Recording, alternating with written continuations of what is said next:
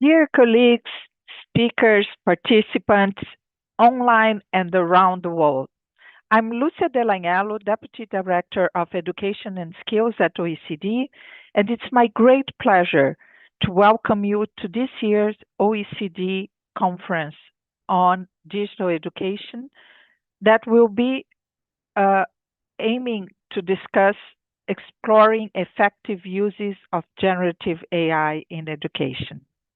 At OECD, we have been analyzing the promises and limitations of digital technology in education for many years now. This conference celebrates the third edition of our Digital Education Outlook, one of our flagships here at the Directorate of Education and Skills. But generative AI stands apart from previous waves of edtech in two important ways.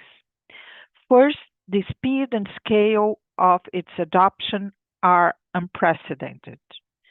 As our recent Thales data suggests, generative AI tools are already widely used by both students and teachers, and largely outside any institutional control.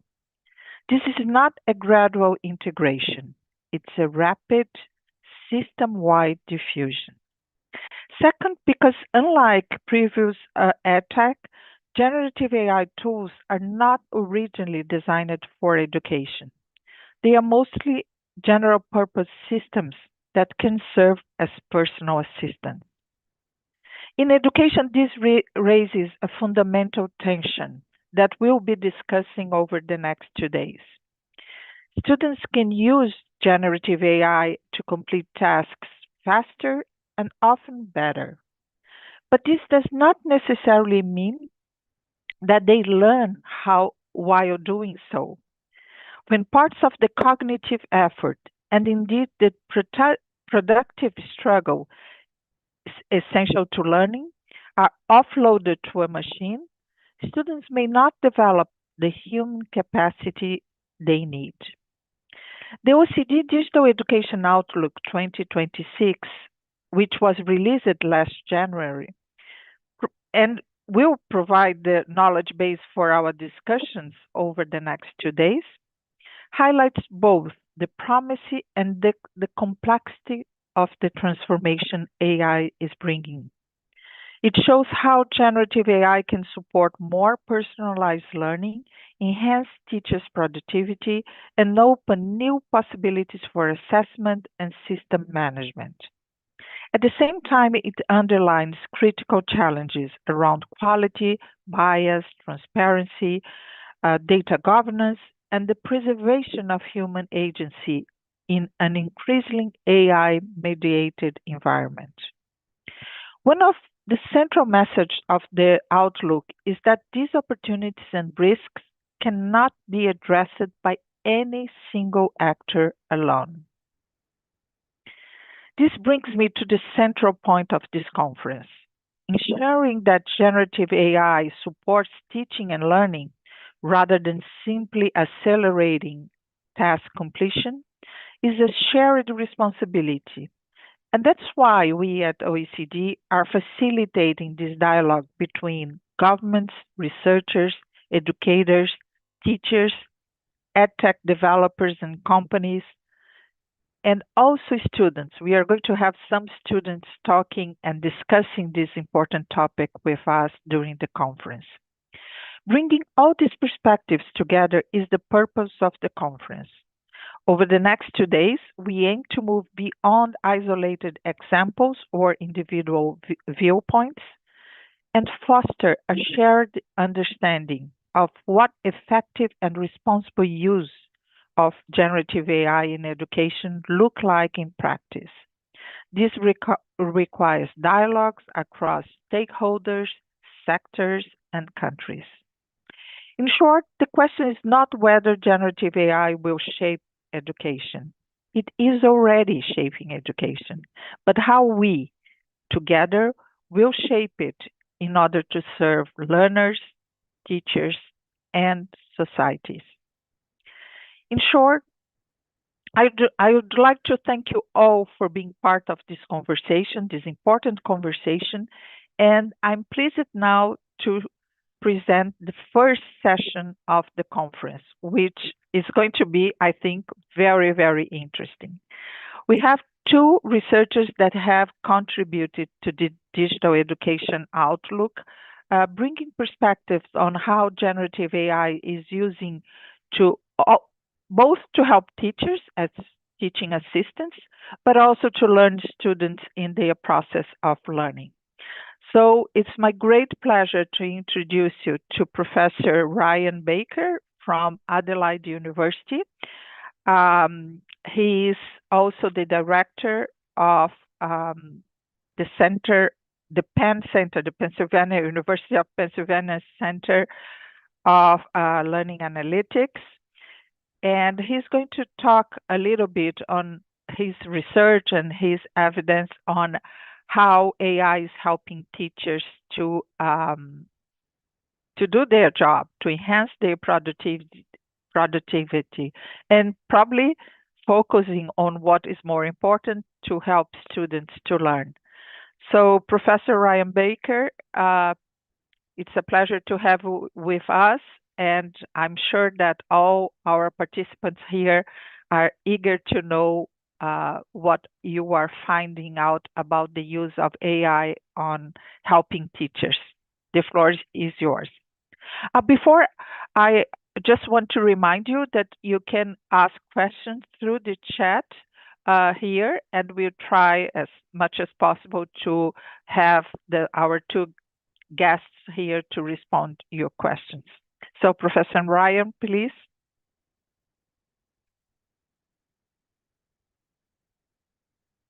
Thank you so much for the kind introduction. It's a great honor to be in the opening session of this important convening. So I'll be discussing today Jeepy TA, a generative AI-powered forum teaching assistant. This is work in conjunction with many colleagues at multiple institutions. So what's an AI teaching assistant? AI teaching assistants use computational methods to support teaching assistants and instructors performing the kind of tasks that are traditionally done by human TAs. And human TAs play a vital role in higher education, but they face real limitations. They have to balance teaching with their own coursework and research. They have limited availability outside office hours. They're not 24/7. They often have uneven or limited pedagogical training, and therefore their feedback is often imperfect. And they, TAs and instructors have difficulty supporting really large classes, which are an increasing part of higher education. AI TAs don't replace the human TA, at least that's not what we think they should do, but they augment them, helping provide support that's immediate, personalized, detailed, and available 24/7, and freeing human TAs and instructors for higher level support, planning, and teaching. TAs based on AI can be supportive in a variety of ways, including administrative and logistical support. I don't know about you folks, but if you've ever taught a course in higher ed, it's amazing how many students can ask you questions about the syllabus, the deadlines, the grading policies, course logistics, things that are out there if someone would just bother to look, but they want to ask the question. Now the AI can do it, can respond to it, not the human. They can also alert instructors to engagement issues. They can provide instructional support by responding to student reflections and their questions on readings and lectures. They can support brainstorming and idea generation and provide debugging support or other kinds of support for programming assignments, particularly important in classes where, say, computer programming is part of the class's work, but not actually a core part of what you want the students to learn. And they can be particularly useful, and our group has studied, and I'll talk more about, formative assessment and feedback, providing rubric-aligned feedback on essays, drafts, and projects in seconds rather than days. When a human instructor or teaching assistant needs to provide feedback for, say, 200 students or even 40, often the feedback is quite delayed. But if we can have the feedback quickly, students can learn more from it. And it can also support instructors or TAs by summarizing discussion forums to surface key themes in student participation so that the instructor doesn't have to read through everything to get a sense for where the students need more support. There's been some recent emergence of AI teaching assistants based on large language models, particularly at IIT Kanpur and in Czechia, in a chatbot across a couple of universities. In today's talk, I'll discuss some work to provide feedback to learners, which I consider, and I think you'll see over the next few days, is one of the key potentials of generative AI for teaching and learning. LLMs are really good at generating responses. But the question is, can this ability produce feedback that's more detailed, more tailored, more rapid, and more constructive than existing previous generation automated feedback? And can we leverage this ability in a way that deepens learning rather than just improving performance? One of the big concerns of AI these days is AI dependency, where learners use the AI to help them perform better, not to learn better. We want to avoid AI dependency. We want to deepen learning. We don't want to teach students to avoid hard work. And along the way, we want to help students learn to work effectively with LLMs to achieve their tasks. Before LLMs, automated feedback was effective, but it was shallow. First generation automated writing evaluation tools, like many of you might have heard of Grammarly, focused almost entirely on surface level errors like grammar, spelling, punctuation, and word choice. And multiple scholars noted that these systems didn't provide much guidance on higher order concerns, like idea development, argument structure, coherence, or audience awareness. So students learn from these systems to fix what the system flags, trying to improve their scores rather than improving the meaning or the content. LLMs enable feedback that goes beyond surface errors, addressing organization, coherence, argumentation, and task alignment. And in particular, a method called retrieval augmented generation allows systems to ground feedback in the instructor materials, course syllabi, rubrics, assignment descriptions, even past instructor feedback, making it assignment specific and instructor specific rather than generic. And early evidence has shown that LLM feedback tends to be rubric aligned and descriptive and leads to appropriate revisions. Jeepy TA, our AI teaching assistant, which I'll talk about in a minute, is built on this approach. GPT plus RAG integrated it into course discussion forums, providing feedback within a minute or two of student submission. Another challenge, LLM feedback can be descriptive and summary-like if you just ask for it in a generic fashion, rather than directly identifying what needs to change and why. And so without instructor scaffolding, just like a previous generation automated writing evaluation, students tend to use LLM feedback for surface corrections rather than discourse level revision. So the question is, can we give feedback towards higher order concerns instead of just surface issues? I talked a little bit about this a minute ago, the risk of AI dependency, where students perform but don't learn. And although there's been a visible improvement in writing quality in many studies, that may indicate performance gains over scaffolded by the chatbot rather than durable learning. And past work has shown that students remember only a quarter of written feedback, even non-LLM feedback, within a week. So retention is the real challenge. Can we actually help students learn from, internalize, and retain what they learn from an AI TA? We did this in the context of the Jeepy TA system, which has been used at 5 universities and 16 courses. And it's been used in several ways across courses. We've focused on designing its uses in partnership with instructors rather than trying to scale something up and make it commercial.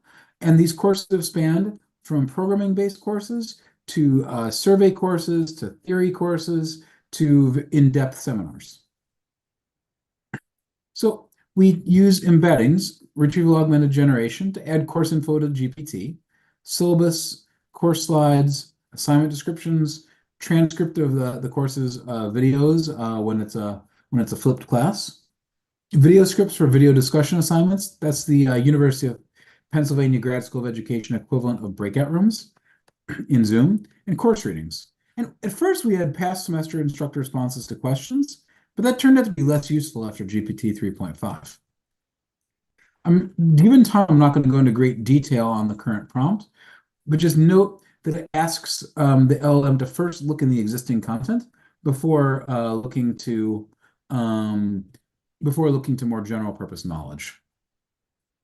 And this enables it to answer conceptual questions about the assignment, including when the student misspells key jargon. In this case, the student misspelled the word decision. Actually, it's spelled correctly here by accident. They misspelled the word decision, and they said decision tree instead of decision tree. And GPTA, based on GPT, was able to figure it out. It also helps students think through the work on an assignment. Here's an example where a student's trying to figure out the relationship between variables in a data set.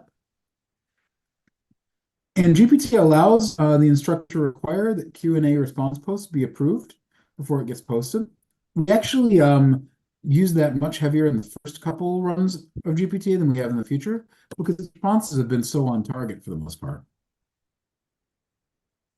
We also use structured feedback to students on their project drafts and prospectuses. And that's, again, as mentioned earlier, so nice because students don't have to wait 2 or 3 weeks for grading. They can get feedback right away. And so we can actually change the assignment to have the student have the opportunity to revise their work based on the feedback. And that active revision hopefully helps them to learn more from it.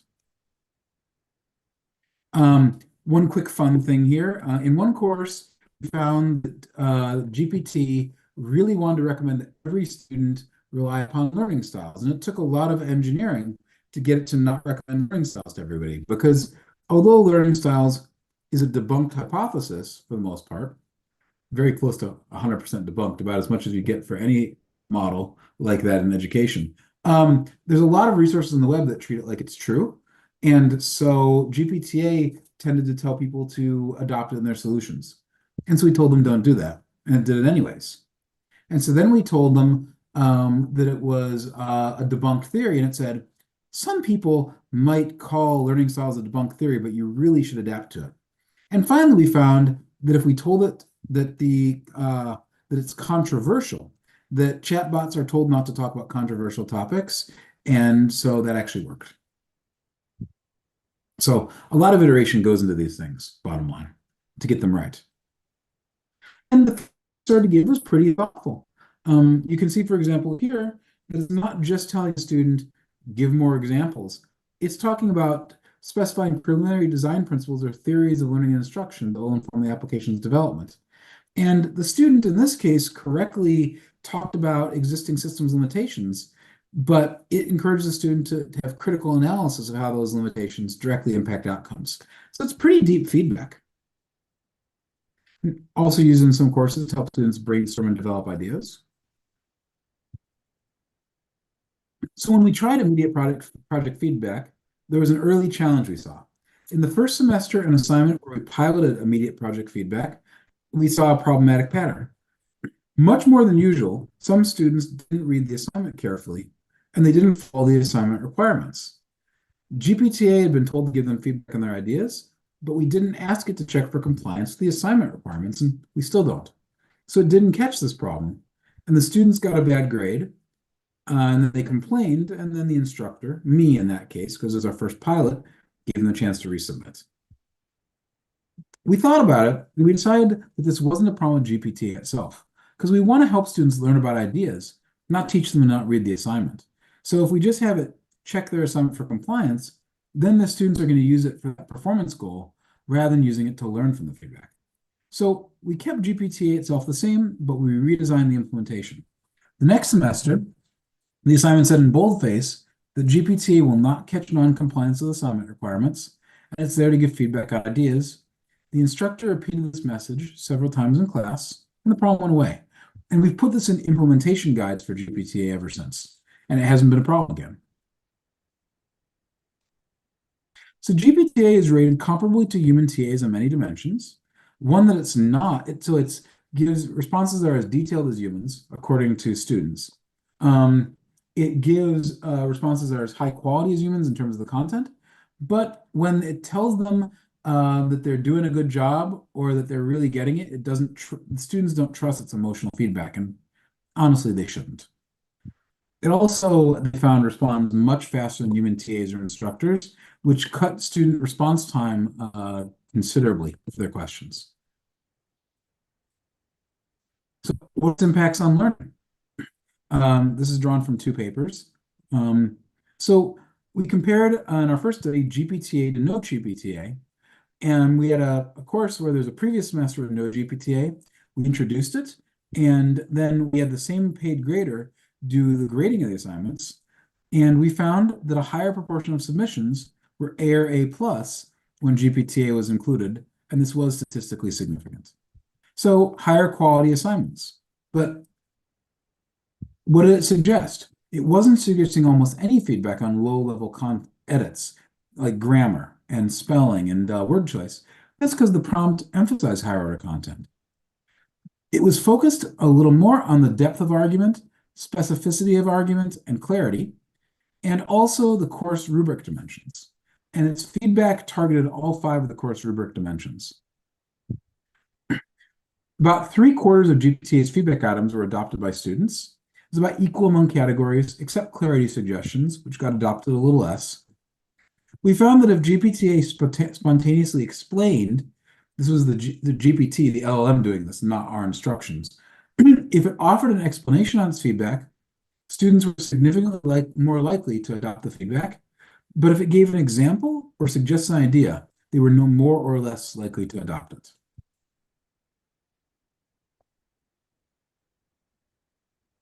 In our second study, we looked at whether students could learn across assignments and courses. So did GPT-TA, if a student had multiple assignments in GPT-TA in the same course, did GPT-TA need to give the same feedback to the student twice, which suggests they didn't learn from it? We found that about 20% of feedback was reappeared. That's relatively rare. And assignment alignment was the most frequent category in both assignments of feedback, but only 28% of alignment comments reappeared. So in other words, alignment's hard for students, but they're not making the same mistake repeatedly, which is really what we're hoping for. For example, in assignment 1, a student group was told, link the stated benefits more directly to each stakeholder group identified in the needs assessment. So in assignment 2, the students structured a discussion of risks around the same stakeholder groups. That's a risk assignment, assignment 1's benefits. So they're doing what was told, and then they paired each risk with a specific stakeholder, linking the risks more directly to each stakeholder group, and they framed the reasoning in terms of stakeholder concerns. So the alignment feedback here shaped later organization of this group in their next assignment. And this is what we're hoping for. Other categories that reappeared included students not developing enough detail. One student group received the same feedback twice on specificity, and one student group received the same feedback on theoretical integration. But these were still fairly low reappearance rates, which suggests that most groups address the specific issues flagged in the first assignment. New and different feedback appeared in assignment 2 in some of the same categories, though, specifically alignment to assignment. Courses, did students learn across courses? So we had students with similar assignments take in two courses, both of GPT-TA at the University of Pennsylvania. And across courses, we found that feedback again reappeared fairly rarely, 18.4% across courses. It was a little more common for specificity, use of examples in case studies, detail development, and theoretical integration. And 3 of these were, again, reappearances from the past course. Reappearance turned out not to be common for assignment alignment feedback across courses. And this is interesting because the assignments were fairly similar between the courses.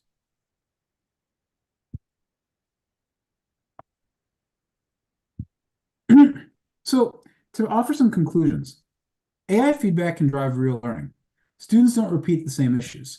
They make new mistakes because they're still learning and there's still a lot for them to learn, but the AI feedback seems to be getting mostly internalized and mostly reused. Students revised substantively in response to GPT-TA feedback, and their performance improved very concretely within the first course, particularly where feedback was specific and actionable. So students are doing better than they were doing with no GPT-TA. That's study 1. And they're carrying forward knowledge both within and across courses. That's study 2. Relatively few mistakes reappeared across courses. In both cases, again, student assignments had new issues. No single assignment's feedback can address all the issues that will emerge, and some issues can only emerge when other issues are resolved. But overall, it seems like GPT-based feedback from an AI teaching assistant seems to benefit students. And there's a big, I think just a big core benefit simply in the fact that rather than waiting 3 weeks to get feedback and then ignoring it mostly or reading through it quickly, the fact that students get it almost immediately and then have to edit their assignment based on it gives them a chance to really think through it deeply, which I think has the potential to increase the amount of internalization. Now, we haven't yet shown that concretely with a two-course sequence. That'll be future work, but at the moment, it looks quite promising. One other note, prioritization matters. Feedback scattered across a whole lot of categories may dilute attention. We're actually going to focus up Jeepy TA's feedback even a little more next time, a little less on things like clarity and more on the deep content, and focus students more on fewer, more important issues. I say higher stakes here, but I really mean just the most important ones for the instructor. So generative AI can be a powerful feedback tool. Students do seem to learn from it. Ultimately, there's still a lot more work we need to fully optimize this learning, and we may need to support students, particularly at institutions that aren't kind of as selective as University of Pennsylvania. We might need to provide great support for better AI feedback literacy. So we've got a lot of fun work ahead as a field, and I'm a strong believer that these kind of educational technologies can really make a difference in helping students learn throughout the learning journey. Thank you very much for your time and attention. If you're interested in learning more, all of our lab's publications are available online. These two aren't up yet on the web, I think, but I'm happy to share them if you email me. And we have a forthcoming book, AI and Qualitative Research, New Possibilities. If you're interested in getting free PDFs of the chapters as they get finished, send me an email. It was a pleasure to be here. Thank you all. I look forward to questions. Thank you, Professor Baker. Really interesting and I really like the approach that is very student-centered. It's a teacher assistant, but you were, of course, looking at the learning that is happening with the students. So it's really interesting. If you have questions to Professor Baker, please post it on the chat, and we will try to see if we have time at the end to answer it.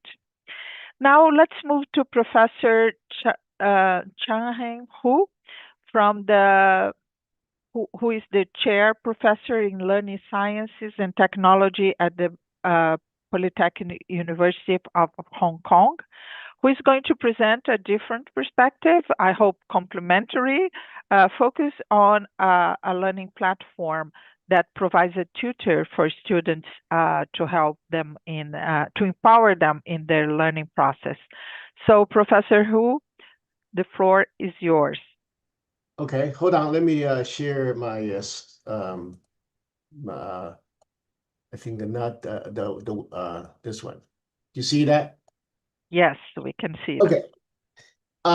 Good morning or afternoon or evening for everybody. I'm glad that I have a few minutes to share something that I learned in the last 40 months after the November of 2022. I want to share something that I've been personally experiencing, and also some leap of faith feeling that I had in the last 40 months. So my topic is generative AI to support learning. So that's a big topic, but I'm going to focus a little bit more. I'm going to focus on basically Socratic Playground and learning science perspective. The reason I'm focused on this one because for those of you that do not know me, I was from University of Memphis. And my colleague Art Gracer and then others who have been conversation-based tutoring system, primarily like a Socratic methodology. So basically, I'm going to talk about this one, but I'm going to go a little bit beyond. Okay. So in the last 40 months, I think I'm primarily doing three things. I was affiliated with computer science and computer engineering and the psychology. So on the one hand, I'm trying to see how powerful the AI is since November 30th of 2022. It is very powerful. It's very humbling. And also, I'm a psychologist, so I want to see how dangerous it is because it studied, very, very threatened, very much our own intelligence that is AI. And then, of course, I'm professor of learning science and technology. I want to see how to use it. So that's the three things I do on a daily basis. So here's something that we have. I need to say something about how can we look at this AI. I want to have a humbling kind of approach. So far, we always skeptical about machines. We always feel like, oh, they're just machines. But that's changing us. Right now, for example, the most smart, the smartest of AI that is like a 140 or 150 IQ, as measured. So it's like 3 standard deviation or more better than average. That is 1 out of 1,000. So any AI right now we use is like a 1 out of 1,000 in terms of certain aspect is as smart as we human. So everything that I want to do is I have the one assumption that either now or the future AI is going to just crush us. So under that assumption, let's develop something. If we do not use it today, we're going to use it for the future, but human will not as smart as AI. Okay, so from that perspective, I will show what my implementations are. So let me just very, very quickly. So OECD has this one, Lucia already talked about. So you can find the literature here. And then the central question is, how do we design AI system that enhance genuine learning rather than just the task performance? Because AI is getting better and better. And then the moment that we see that AI is advanced, we have 2 impacts. One is, oh, we're going to learn from AI. The other impact for the students is, what's the use? Okay, so we actually face, having students and data from elementary school to all the college, students have that kind of feeling, say, well, I want to use, we want to learn because, AI is so smart in us. How can we beat them? Okay, so from that, so that's one. Another thing, as a teacher, we all evaluate students almost based on their performance. But we know have numerous examples. People have a high score. They actually cannot find a job, cannot perform very well. That's across a lot of situations. So performance is not equals to learning, as we all learn. Okay, so fundamental distinction that should guide all education. This one should guide our educational technology when we use AI. Okay, so general purpose AI and then educational specific AI are different. That's actually right now, if you look at the industry and educational agency, we almost have a competing messages. So industry just let something say, hey, we can teach. For example, openness, say we have teach and learn, and then you have Google says, okay, notebook LM, and every student just go to, oh, this is going to be help us learn. But actually, if you're an educational scientist, you probably say, well, that's probably not going to teach how people learn. That's just to people, how people know something. Okay, so that's very, very important. So general purpose AI or educational specific AI are different.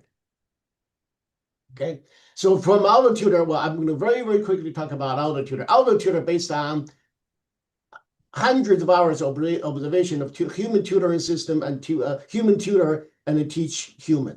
Okay, and that is it's a 30 years of research. It's from 1997 to 2015. AutoTutor is rule based, and then before generative AI, this is what happened. But after 2023 is way different. So the way that I did the Socratic Playground, it's like it's way really different. Overcome almost all the difficulties that we have been facing before. Okay, now AutoTutor has 0.8 sigma effect size. I think right now, even the simplest implementation of AutoTutor using AI will easily beat that. So the learning gain, it's not necessarily an issue. Now it's say, how can we go beyond? Now, just see a little bit more Socratic Playground for learning. It's very, very simple design. Basically progressively asking why and how, and then never ever give answer. Always a scenario based. Okay, multi-turn dialogue and multiple pedagogies. Actually, Socratic is one, but we actually have more. I have 15 of them. Okay, so basically, if you consider this, remember many years ago, this is cutting edge.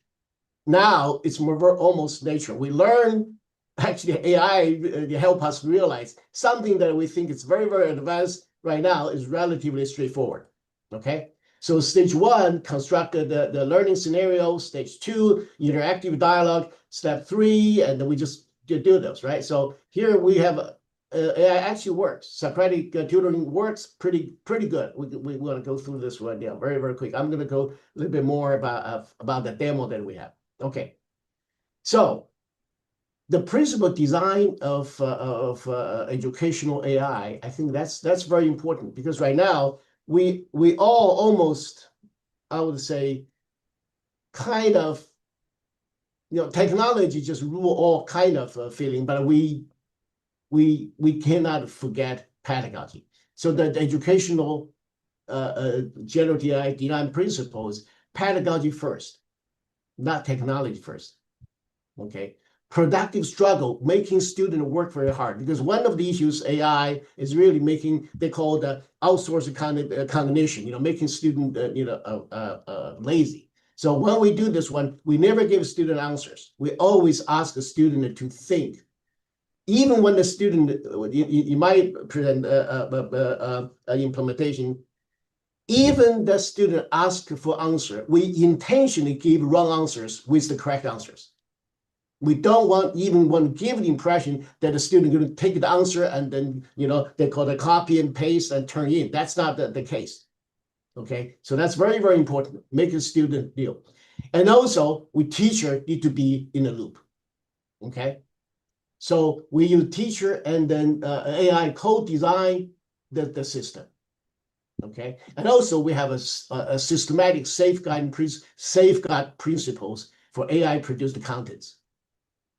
Okay, now that is like our story of Socratic Playground. But actually, from there we actually have a family of learning technologies. I'm just go through a few. First one, this is Socratic Playground is the core. Okay, one thing that we find out is I call it always AI.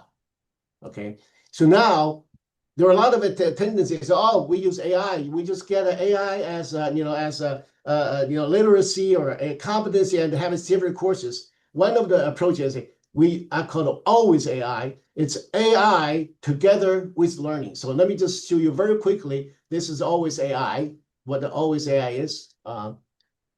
Okay, so this is actually always AI. I'm going to go there. So we implement AI. You teach anything you teach. It doesn't matter. It's a history versus mathematics. You actually use AI into it, and then if you do not use AI right way in the AI, you're not going to get a grade. That's why this is the class that I'm actually teaching right now. This is the first. This one. The second one is actually not exploring. Now this one, it's actually pretty useful. So you use AI together with the student to explore concept. Okay, for this one actually, let me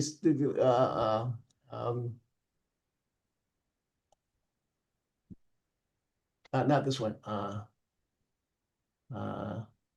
Actually, yeah, this is actually it's a system that I designed, that the AI and the student work together, tutoring, Socratic method tutoring in there. And in this entire system, there are 128 buried points that actually mimic stealth assessment. Okay, so that's one. The last one is this virtual human simulation system that actually using AI to teach human with simulate the human, a virtual human. Now, for this system, I'm going to just show you very quickly what this one is.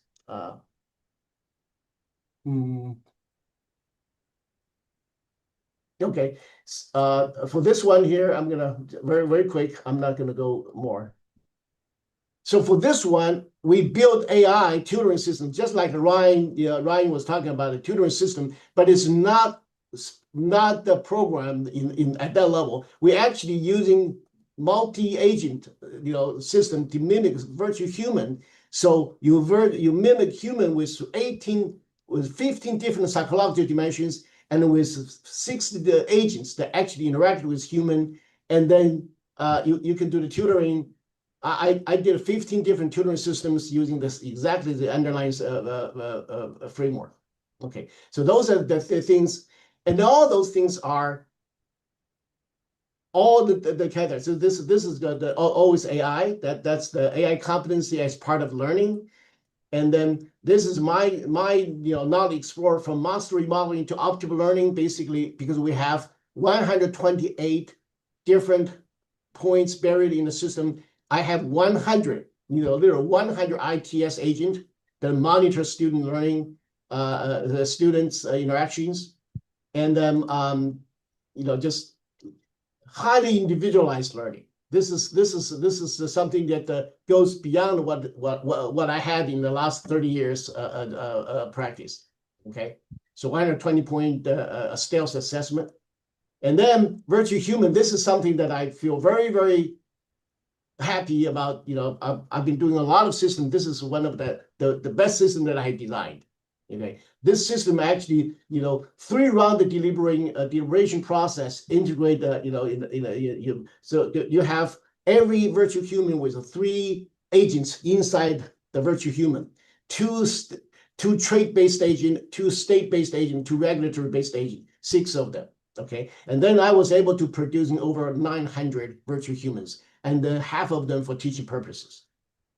Okay, so the last one is this is called what I call the universal adaptive learning system.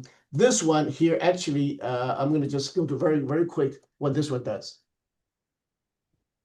So this one, this system actually have 100 agents. So here, I'm going to just go a little bit. So here, this is the design principle.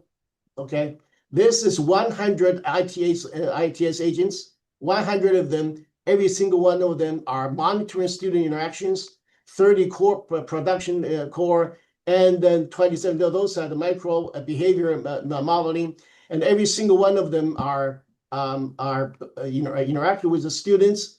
And then this is actually those are every single one of them are agents. And this is exactly what those agents doing when student is confused, when the student is struggling, when they're in the flow state, when the student produce the wrong answer, how those each agent work with each other. Now, when I design it, we call the agents. Right now, we call the skills. Okay, so that's the URL system. Okay, so and also this one with 15 different ways of presenting knowledge, 15 different ways of giving tutoring, and 15 different ways of assessment. Okay, so that's what this system actually does. I don't think we have enough time to show. I will show. If anybody wants to want me to show, I can show you those. Okay. So now, all those things, I want to come back with what are those are really doing. I think I find that we, almost implicitly align with OECD recommendations. Okay, so every single one of them that actually goes hand to hand. Okay, and then since I've been working with Art and with my colleague from Memphis and also here, and every approach seems like okay, technology just take over. But actually, there are underlying principles that actually guide all the work. I call it right eye. Basically, it's the research, innovation, development, evaluation, and the implementation. For the implementation, for example, the Always AI system right now, we have about 500 students working on it as we speak on that system. Okay, so this one here, this right eye system, right eye framework that actually goes with every single one of the system. What each one of the system, what is the research perspective, and what is innovative aspect, and so on and so forth. So that's one. So now, I just want to share some of the feelings that I would like to have. So one, we have AI. What does AI bring to learning science? it's a question that I need to ask because I have a role as being this, a chair professor of learning science and technology. All makes it AI make it possible for the first time to pursue an optimum balance of all 7 research philosophies simultaneously. Which are those 7? Those are the 7 philosophies. Okay, so now we talk about theory-driven, data-driven, tool-driven. We have all those things. Almost every single one of them we can have. We have a lot, but AI actually make it happen. Okay, and I just have to, I can spend more time on this because what happened is once you have the following assumption that the AI is going to be much more in any specific domain, much more smarter than human. Well, just let's trust the IQ measure for now. You don't have to trust that, but it's 1 out of 1,000, so you can make it work with you for all those. Okay, so from that, I think the implication for educational policy is very obvious. Invest in education-specific tools, not general. Even we have general AI, but they're too general to be actually useful, I think. Okay, and also learning science need to really be in the driver's seat. We very easily to be overwhelmed by the technology, but without learning science, we probably make the student spend 30 minutes or 45 minutes. They probably just play with AI, not really learning. Okay, and also one of the things that constantly being asked is, student asks why I have to learn. The teacher says what my role is, but actually, in all those cases, I have specifically I call the safeguard content. Teacher need to be at every step, because one of the wrong messages that when we send to the students say, hey, our teacher just have a click a key producing entire content for the teacher for the class, and that's the worst message that we send to the student. If you say that all those great material produced by AI, teachers not part of it, I'm very skeptical student actually can take seriously. Okay, so teacher need to be part. Okay, before we grade homework, we know exactly who actually missed what in their homework. Okay, and we can stare at the student and say, well, you did wrong at that there. Right now, if we give it to the AI, if teachers not in the loop, they're not going to teach to you. They're not going to listen to you, or they do not even care. Okay. Safety standards, that's another one, because I find out that especially in elementary school, some of the questions AI probably better answer than human, but as a human need to give the first answer. Doesn't matter. For example, for the meaning of life question, you cannot use AI to answer the first question for the kids. Okay, so this is my recommendation. The right eye, the framework, So I want to finish this one here. So this is my take-home message. Pedagogy first.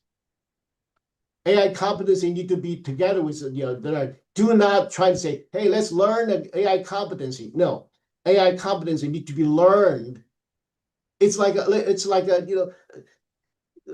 AI, using AI is eventually going to be your life. You cannot say, let's take a course to be a good person. No, you do not take a course. A course for teaching you how to be a good person may not have anything to do with whether you're a good person or not. You want to be a good person, decent person, should be in your everyday practice. And I think the AI in our life should be the same. Okay, the competence ecosystem. That's what the complete ecosystem that I